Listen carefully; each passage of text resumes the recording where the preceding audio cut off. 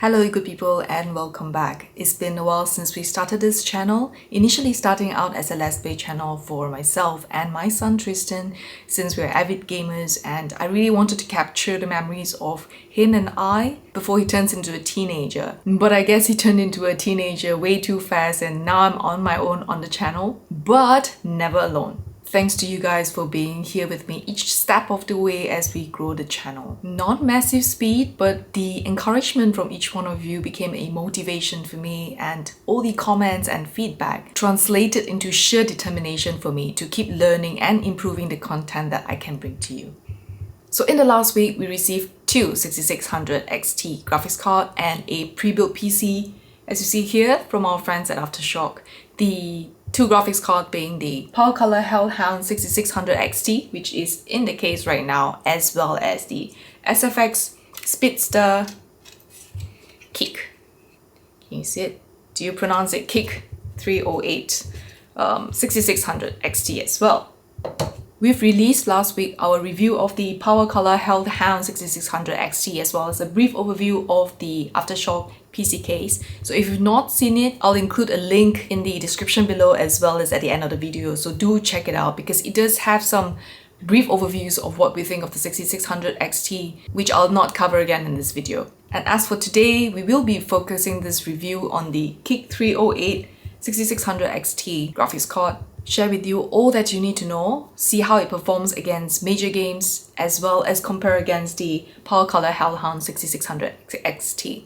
So in the PowerColor Hellhound 6600 XT review we did last week, we spoke extensively about the 6600 XT and all the negative reviews that we've been seeing since its launch. If you haven't seen the video, we made objective opinions about why I do not wholly agree with all those negative welcome, and in fact think that if you can lend yourself a 6600 XT as close to MSRP as possible, it can be a great option for you.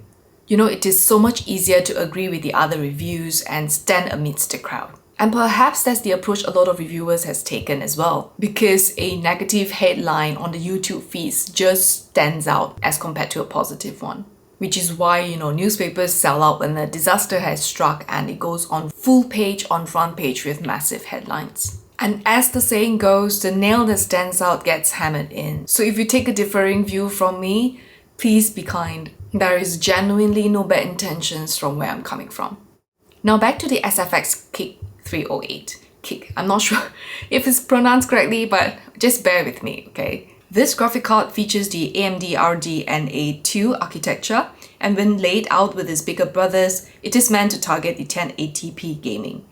It is 274mm by 114mm by 50mm, which is a decently short GPU versus most of the RTX 3000 series GPUs that are averagely 300mm long and longer. Comparing this with the Hellhound 6600 XT, this is so different in this size as it is in this weight, but don't be deceived, it is not as large as it looks. This graphic card adopts the triple fan design with XFX 0dB fan system, which smartly adjusts the RPM of the fans in order to minimize the fan noise that you'll get. You know, I really like how it takes a stealthy black look, and if you're gonna do a full stealth black PC build, this is gonna look awesome. Now if we take a closer look around the fans, you have this textured, can you see that? Textured circular design. Right? It kind of reminds me of bubble wrap actually, but I do dig it. I just hope it doesn't get dust in between the texture and then potentially it becomes hard to clean. That said, fans are on the underside, so I believe I'm overthinking the dust and stuff, but yeah, underside. So it should be fine. Now if we look at the reverse side, can you see it? This is a matte black designed and no RGB.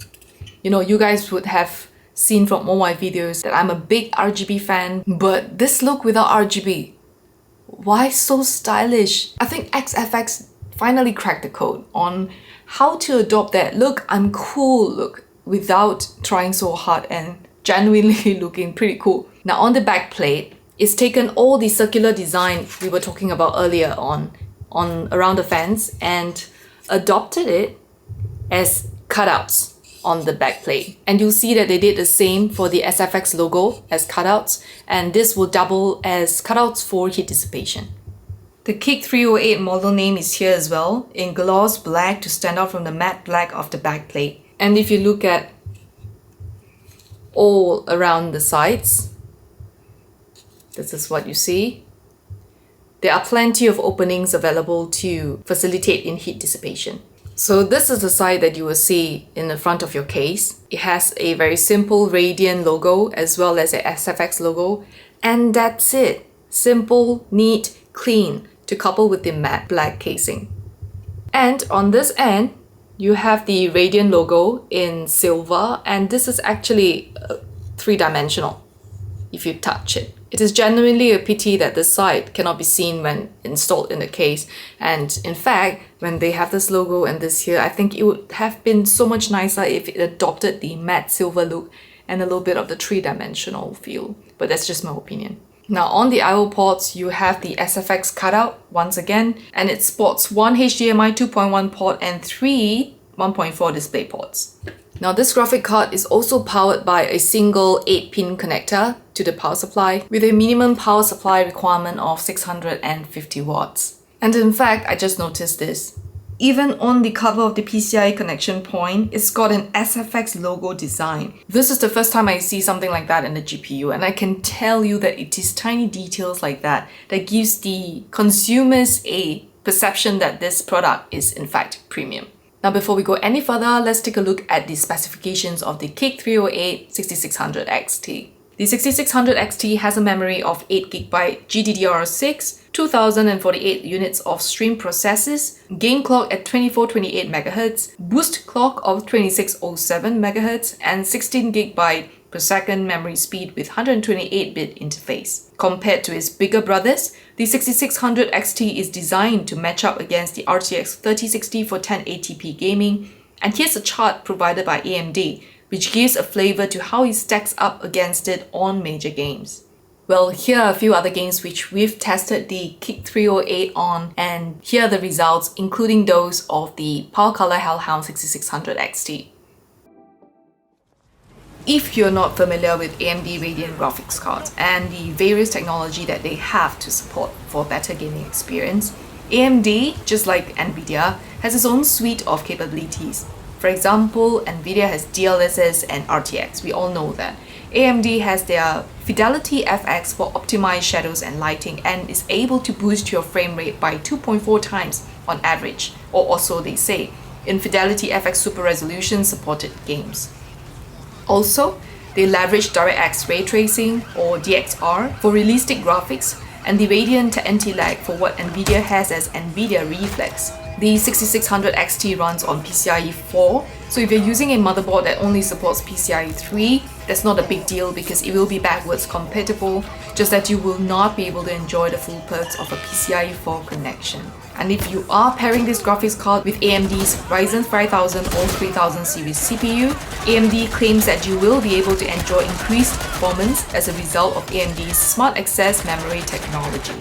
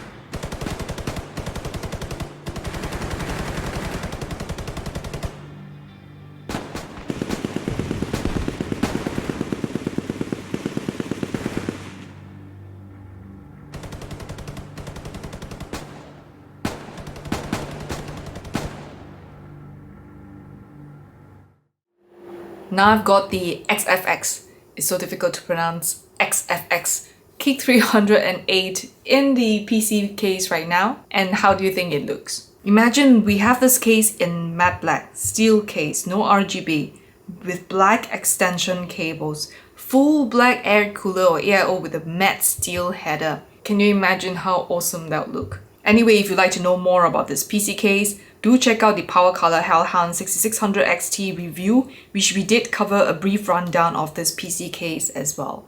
Now, earlier on in this review video, I mentioned that in the last review that I did on the PowerColor Hellhound RX6600XT, I mentioned that I do not wholly agree with all the adverse reviews on the 6600XT. In short, I picked out 3 points to measure how we think the 6600XT did. First being, what's the target market that the 6600XT is meant for? Secondly being, can it do what it's supposed to do? And lastly, what value does it deliver to its users? My opinion remains unchanged. The 6600XT graphics card does what it is supposed to do. It's meant to target at 1080p gaming users. We've tested this on 1080p as well as 1440p. And once again, both the PowerColor Hellhound 6600XT as well as the SFX Kick 308 6600XT is able to game at 60 frames per second or more for all the games that we've tested on, either on 1080p or 1440p. So if we really drill into where all these adverse reviews are coming from, it's quite clear that it has to do a lot with price. Everyone is expecting to get more performance per dollar, and I think that's absolutely reasonable because we are consumers. And yes, it does have a performance upgrade and therefore now warrants a higher price. But because there is no one consistent price, everyone is paying a different price. This applies to the NVIDIA's RTX 3000 series as well. So in this instance, how do we say that one GPU is having a better performance per dollar than the other? When I got my first RTX 3080, I paid a premium of $400 above MSRP. I can tell you I was crying inside, my wallet is crying, but I'm desperate because I've got a PC built ready, short of a GPU. My performance per dollar as a result is going to be higher than anyone who's able to get their graphics cards close to MSRP if they're lucky, or if they paid a lower premium than I did. And when reviewers measure the performance per dollar based on MSRP, there is no MSRP for AMD GPUs. There is no MSRP for NVIDIA GPUs. Not from an end consumer point of view at least. We are just taking a number that NVIDIA and AMD has thrown out there, and that sets the base price of what it can look like. By the way, if you've gotten a RTX 3000 series GPU or the latest AMD Radeon GPUs at MSRP, you've got to tell us in the comments below, because you warrant all our congratulations and our envy. And give us some hope that MSRP has not just become complete bullshit. And lastly, 1080p gaming.